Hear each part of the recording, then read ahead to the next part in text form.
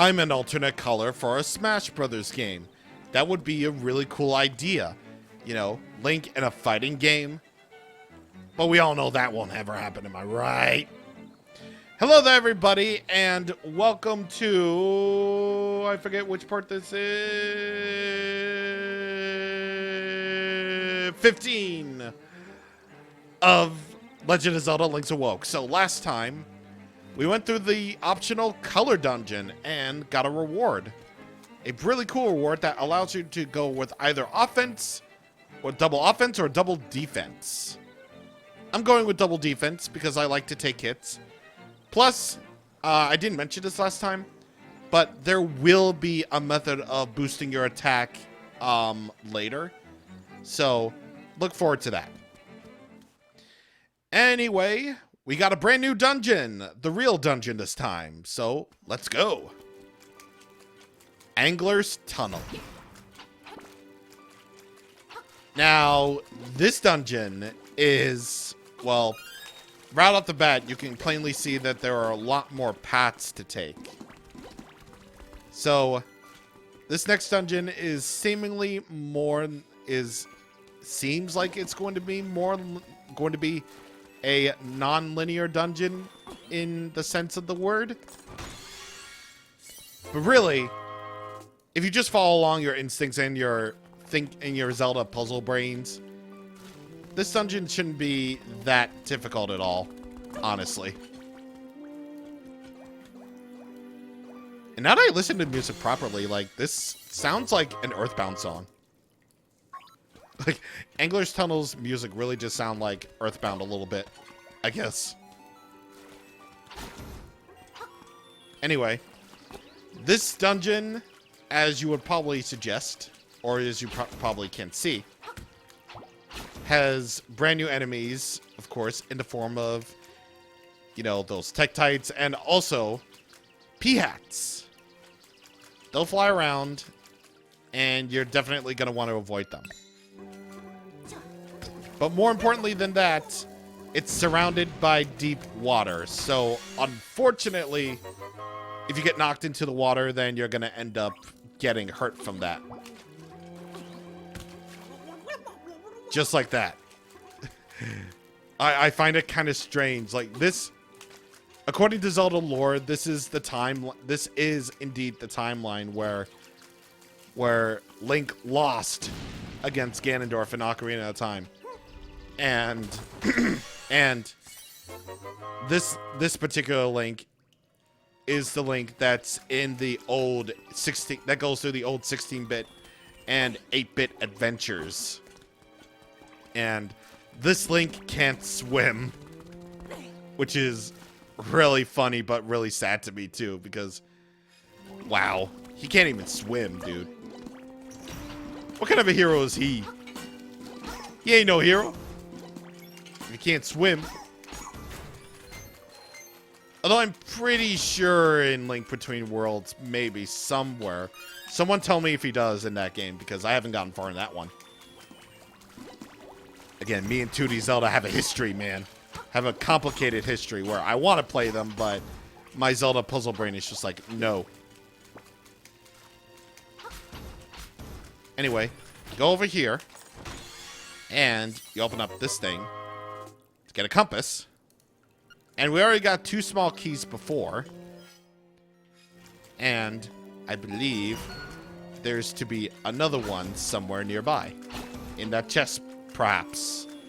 Possibly, if there is a treasure chest here.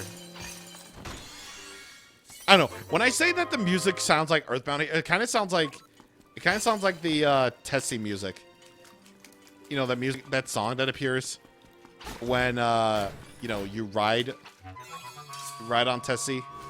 Like, I'll do like a sort of comparison in a little bit, but like, but you know, I'm just saying it kind of sounds like that. I'm pretty sure. Okay, I was just checking to make sure that these were the right keys, I guess. I'm gonna wait on that treasure chest because I don't think I can reach that. Anyway, go over here. Unlock this block. And of course you get ambushed by... mates. Excuse me. Don't ever face me again. Don't ever face me. That's the problem with you. That is the problem with you. Anyway, destroy those enemies and you'll get the key, which falls down into that hole. But very fortunately, that hole will also lead to this. So, in this side-scrolling section, the key is right there. But as logic dictates, Link is too busy drowning that he can't even get the small key with his hands. It's video game logic. Whenever you can't swim, you're just like, oh god, oh, I'm waving my arms, oh Jesus, oh god. You know, I'm just saying it's like that. I'm just saying it's like that. Seriously. I really don't know why that is, but yeah. But anyway, yeah, now that we got sort of a moment here, I'm gonna do a little bit comparison right here.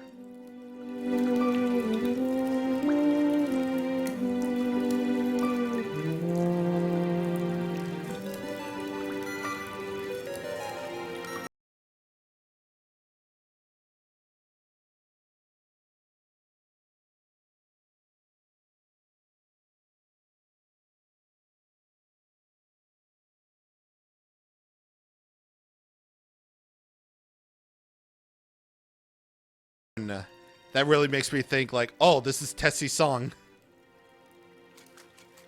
It's really bizarre. But anyway, you can only attack the P-hats when they are on the ground. And I probably should have gone with double attack with these guys because those doubtfuls are annoying, man. But if you go open up that chest, you'll find a Zol instead. Kill those P-hats right there. You break that Picard's artifact, and then you find your sneak peek at the nightmare door. And break this. And here we go. Now, this room has light up tiles. However, try as you might, Link still can't swim.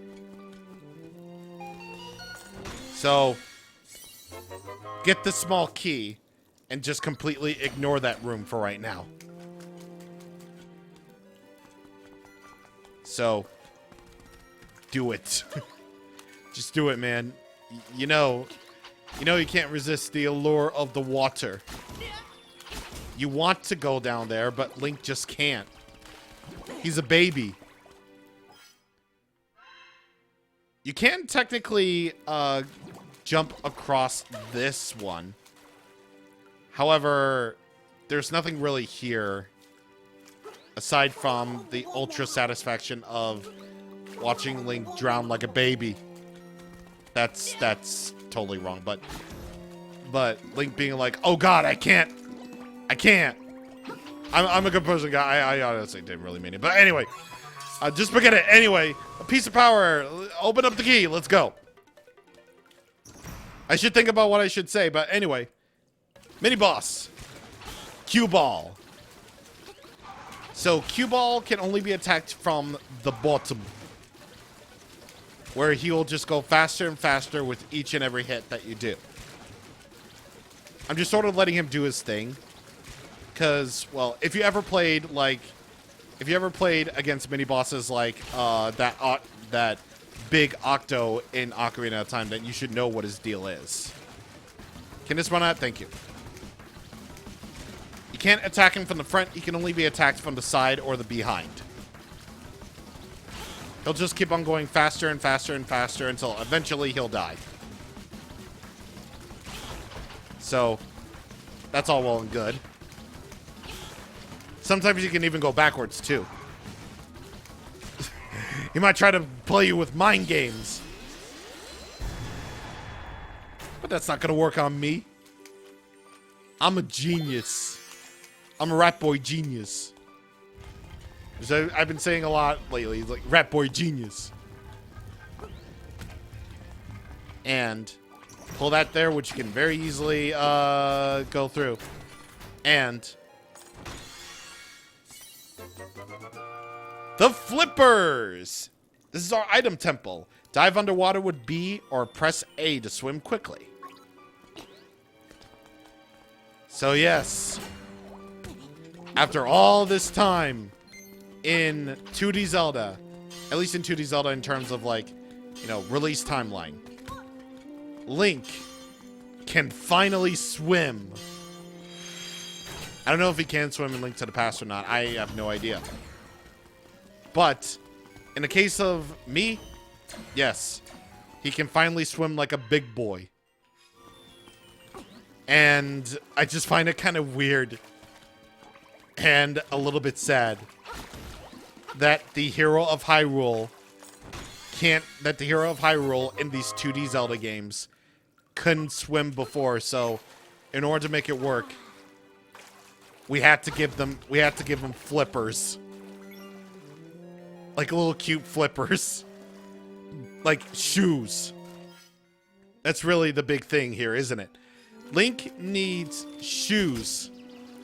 Like new set of shoes, like swimming equipment, in order to swim, when he can just like learn how to swim.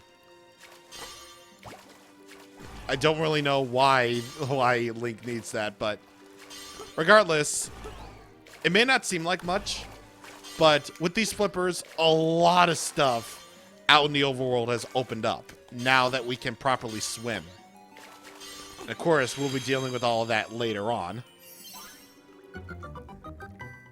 But anyway, swim in the tiles in the correct order and you'll make a staircase appear. More thwomps from Xenoblade. Even though these are like entirely different. They have these like weird faces on them. But anyway, this treasure chest has your nightmare key. But of course, we also have one more treasure chest to deal with. And that very treasure chest is way back there, actually. So I'm going to need to take the warp point in order to get that far. So excuse me, Mo. Great, now I can't stop thinking about how I said drown like a baby. God damn it. Okay, so anyway, I should really think before I speak. Yeah, so over here in this room, or rather, out here, is the place that we couldn't get to before. So we wait for this P-hat to get out of the way, and it's a purple rupee. Which is very nice and all. But more importantly than that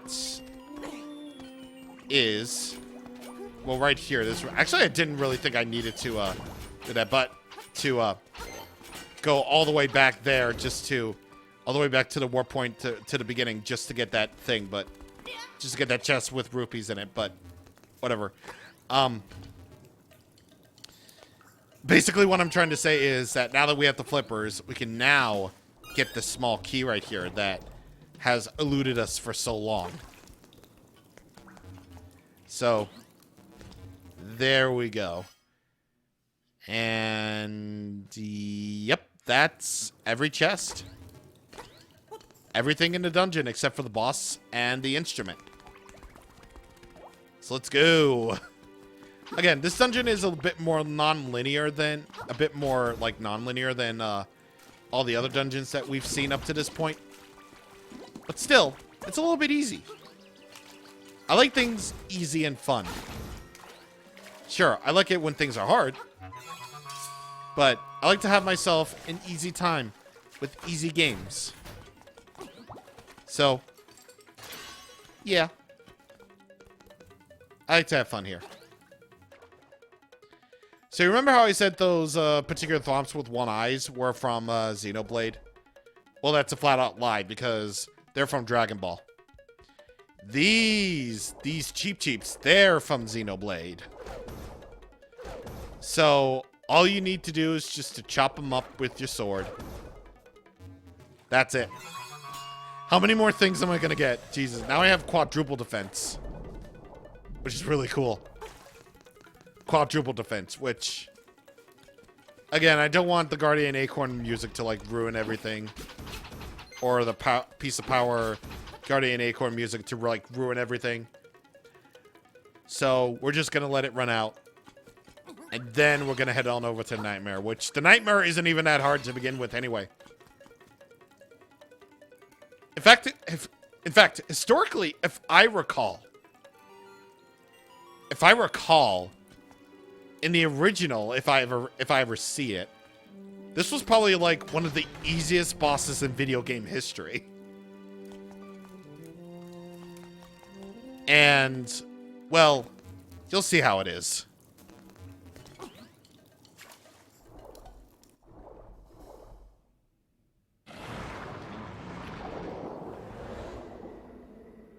Bloop, bloop, glub, glub. Oh, food. Bloop, glub. Anglerfish. The anglerfish is probably one of the easiest bosses in video game history. Well, I think in the original game. Because I think all he ever did in the original, if I recall correctly, is that all he does is swim up and down and left. I don't really think he did all of this new crazy stuff where he summons fish to help him out or runs into like walls to try to attack you. So at the very least, I believe they've improved this boss a little bit. They made him a little bit more challenging or a little bit more deadly, as the case may be. But that still doesn't change the fact that, like everybody else, he's a puss.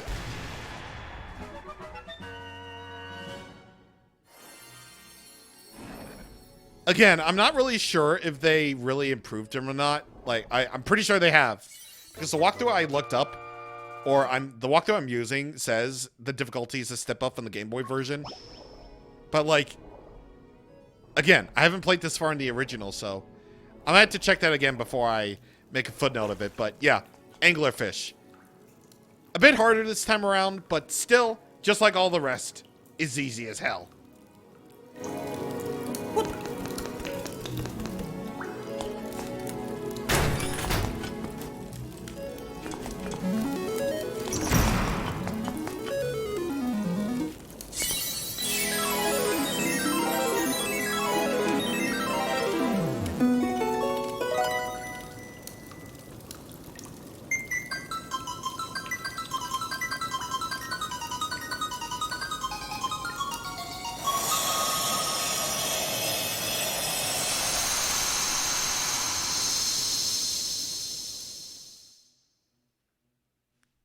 Bay. Your road goes into the bay. The bay. The bay. The bay. The bay. No owl this time around, so yeah, we can swim. This opens up so many things, and we're going to see them next time. But before we close out, one very important thing that you should do. Equip your ocarina, and if you don't have the ocarina at this point, again, it's at the Dream Shrine in Mabe Village. Need the Pegasus boots for this. I am Mambo, child of the sunfish. Have you got an ocarina? I do. I can teach you my song. Bloop.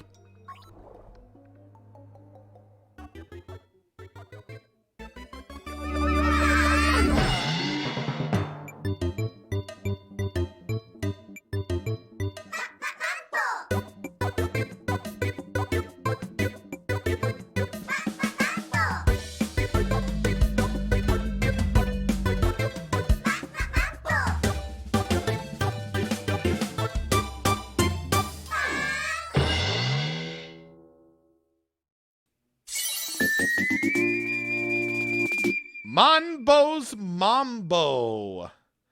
When you get out of the water, play it. Do it. Do it, you coward. When you play my Mambo, you can warp to a warp point around the island. Try this tune in the dungeons too.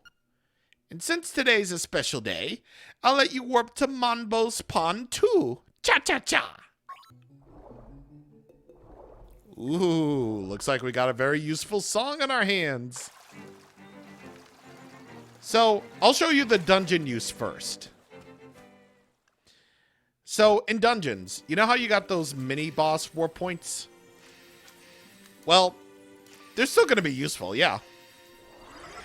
But if you ever want to go back to the entrance of a dungeon in a hurry now, play the Battle of the Windfish, because that's totally the song that we just got. No, play Mambo's song. And you'll be able to warp to the entrance of a dungeon. Think of it like Ferori's Wind in the N64 Zelda games. You know, that'll warp you, that'll get you to the beginning of a dungeon, absolutely no problem. But now for its more practical use. Its more practical use is that you can use this to warp to any warp point that you've unlocked, and you don't need to go to a warp point in order to even utilize this anymore. You can just play the song, and it'll get you instant access to a warp point. Absolutely no problem whatsoever. Yep. That is indeed correct. Very useful song. Hello, Ghost. Very useful song indeed. So anyway, I guess we have a ghost now. That's cool, I guess. Whoa. We should probably warp to somewhere safe. That's not in order to close out the video, because that's gonna be wow. It's gonna be really awkward if I get attacked by a Zora like that. Well, anyway, once again, we got Mambo's song, and yeah, Mambo's Mambo, and we cleared out the Angler's Tunnel. So, here's our fourth instrument of the siren, the surf harp, a harp that reminds the listener of the waves. Next time on Link's Awoke, we're gonna do something about this ghost here, because why it showed up here, we don't know. It just shows up and like, what?